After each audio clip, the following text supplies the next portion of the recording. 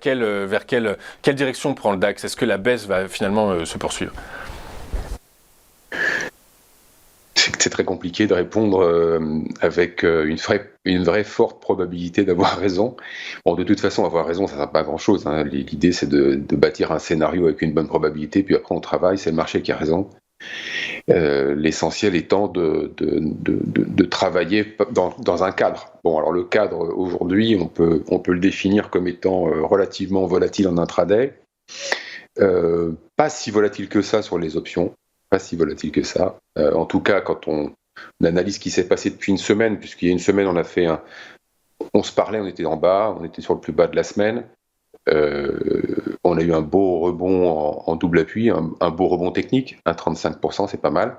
Suivi vendredi d'un rebond bien tiré par les algos de 1% aussi. Alors jusqu'en milieu d'après-midi, puisqu'après les algos ont tout lâché et en soirée on s'est retrouvé au même point que le matin. Et puis lundi, allez, rebond à nouveau. Mardi, on retrouve les plus bas. On fait de nouveau plus bas. Et puis on en fait encore aussi hier. Bon, il y a de la volatilité intraday qui est revenue. Je vous disais la semaine dernière, moi je surveille l'euro-dollar avec le seuil de 1,05. Si on passe en dessous, ça va être probablement un retour de la volatilité intraday, c'est ce que je vous disais. Et c'est ce qui s'est passé, c'est-à-dire lundi et mardi, on est passé sous 1,05 et depuis c'est quand même un peu le bazar. C'est-à-dire qu'on se retrouve avec des journées, pratiquement tous les jours, hein, avec des plus 1, moins 1, dans la même journée. Donc c'est vraiment un retour de la volatilité implicite. Intraday. Je voulais vous parler de la volatilité implicite en suivant, parce que justement, quand on est sur les plus bas, la volatilité implicite sur les options, échéance décembre, hein, sur le DAX et trimestriel, elle augmente pas beaucoup, elle augmente un peu, elle a pris 1%. Donc c'est pas énorme. Donc ça tend quand même à indiquer que on n'a pas un grand stress, même quand on fait des nouveaux plus bas, parce que c'est ce qu'on fait.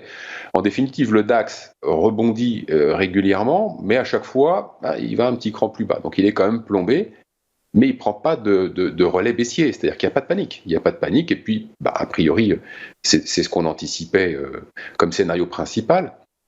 Et ce qu'on constate également, quand on vient flirter avec les plus bas, il n'y a pas une augmentation du stress. Donc, il y a plus de volatilité intraday, on balaye large, bon, voilà. Mais ça concerne essentiellement ceux qui sont en intraday. Ceux qui travaillent avec du long terme comme horizon, ça ne change pas grand-chose à leur vie. Donc en intraday, il faut savoir négocier ça, c'est sûr. C'est pas toujours simple. Enfin, en tout cas, il faut savoir le faire, hein, c'est sûr. Hier, le DAX, il est quand même allé chercher pas loin de 15 000. 15 000 et des brouettes. Bon, voilà. C'est le niveau de mars de cette année. C'est un niveau important parce que en fait, c'est le dernier point bas avant l'extension haussière qui a amené le DAX vers des plus hauts historiques.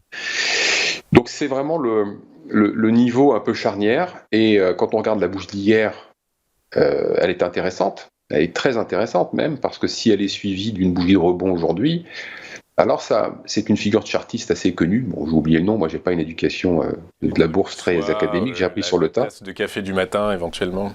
Non, je pense que c'est plutôt un creux en pince, mais je suis pas certain, donc je vais pas dire de bêtises. Mais bon voilà, en tout cas c'est une figure bien connue qui pourrait annoncer éventuellement un retournement, mais c'est pas un truc sur lequel il faut se précipiter, c'est juste une indication de contexte, c'est-à-dire qu'on a le niveau, on a potentiellement la figure, on verra ce soir, et puis on a aussi donc cette absence de volatilité implicite qui augmente, qui peut en effet nous amener à considérer que si on n'a pas de relais à la baisse, alors on peut remonter tout doucement. C'est tout à fait possible, c'est même assez probable. Alors ça, c'est sur le plan de chartiste, c'est aussi un peu sur le plan contextuel. Maintenant, il va falloir le news flow.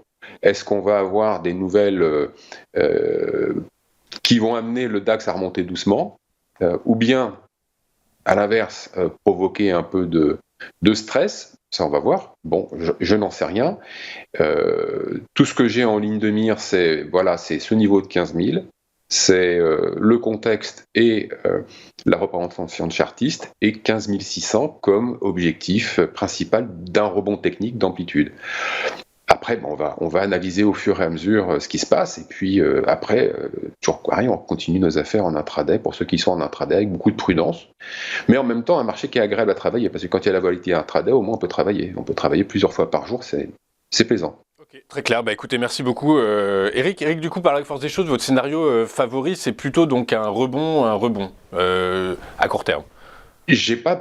Oui, parce que j'ai pas pour l'instant d'indication qui m'amène à penser autrement. C'est-à-dire que, comme je vous le disais la semaine dernière, s'il y avait des indications qui pouvaient m'amener à conclure que le contexte a changé, que par exemple j'avais évoqué cette hypothèse la semaine dernière, je ne sais pas si vous vous souvenez, de complaisance, voyant que la volatilité n'augmentait pas, on pouvait se dire peut-être que certains arrêtent de rechercher des protections partant du principe qu'ils ont vu tellement de fois le DAX rebondir que cette fois ils se disent bon ça va se reproduire, donc par conséquent pourquoi pas encore un énième rebond, pas la peine de se protéger, on verra plus tard.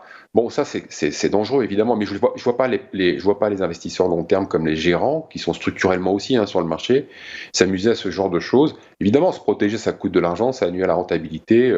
On arrive à la fin de l'année, bon, il y a encore de la progression par rapport à janvier, mais c'est sûr que vous allez avoir de la performance qui va être en baisse si on reste sur ces niveaux-là. Mais quand même, malgré tout, prendre des risques de cette nature, en tout cas, je ne vois pas la majorité s'amuser à ça. Et donc, par conséquent, ça n'amène pas à penser en effet que le marché s'est fragilisé.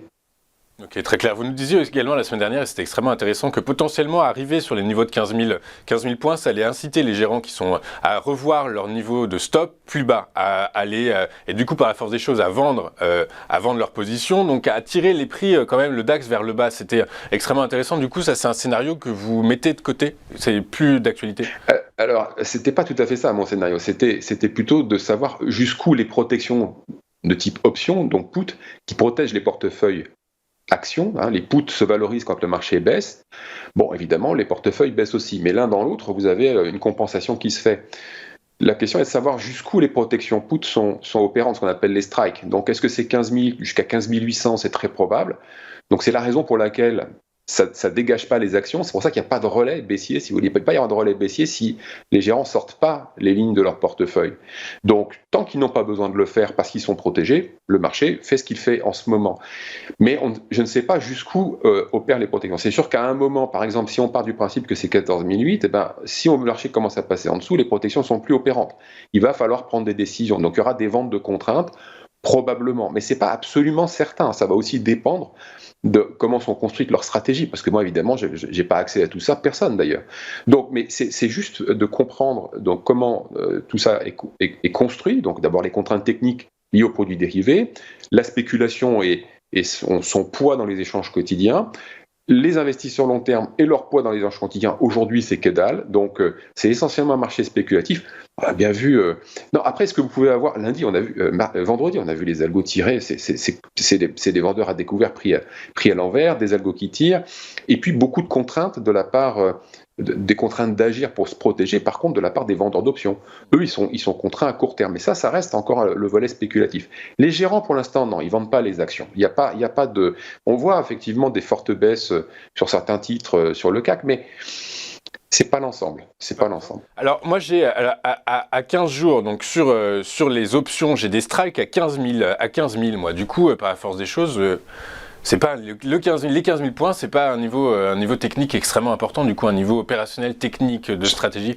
C'est un niveau chartiste, et puis ça va devenir par la force des choses obligatoirement. Chaque niveau de chartiste devient à un moment ou à un autre par la force des choses un niveau technique, notamment par rapport aux options, puisque ces différents niveaux, là vous voyez la volatilité à 15 000, parce que c'est ce qu'on appelle la volatilité à la monnaie, c'est la volatilité du cours auquel évolue le sous-jacent en ce moment, en l'occurrence le DAX. Donc le DAX est autour de 15 000, vous voyez la volatilité à la monnaie à 15 000, et vous avez la volatilité qui correspond à 15 000. Mais après, vous allez avoir, si le marché se déplace, vous allez avoir donc des strikes à la monnaie. Bon voilà, ça devient un petit peu technique, là j'espère qu'on va pas perdre tout le monde, mais ça évolue en permanence, et c'est ce qui va vous donner justement la mesure de la volatilité en fonction, de la volatilité implicite à la monnaie, c'est-à-dire à l'endroit où se trouve le DAX au moment où vous le regardez, et puis à mettre en perspective de là où il était il y a une semaine et de son évolution sur la suite. C'est là que vous avez, en fait, ce qui est intéressant, c'est pas la volatilité à l'instant T, c'est l'évolution de la volatilité implicite. Très clair, ok. L'évolution, la semaine dernière, elle était à 15,92, la volatilité implicite était à 15,92, là elle est à 16,72, du coup, elle prend quasiment 100 points de base. Ah mais c'est pas grand-chose, hein. Quand vous prenez 1% de volatilité sur des options à la monnaie sur le DAX, c'est pas grand-chose. Non, vu l'amplitude qu'on balaye, non, c'est pas significatif. S'il y avait du stress, on serait passé de 14-15 à 19-20. Ok. Bah, du coup, on observera avec attention l'atteinte ou non de ces 19-20 de pourcentage de volatilité implicite. Merci beaucoup, Eric.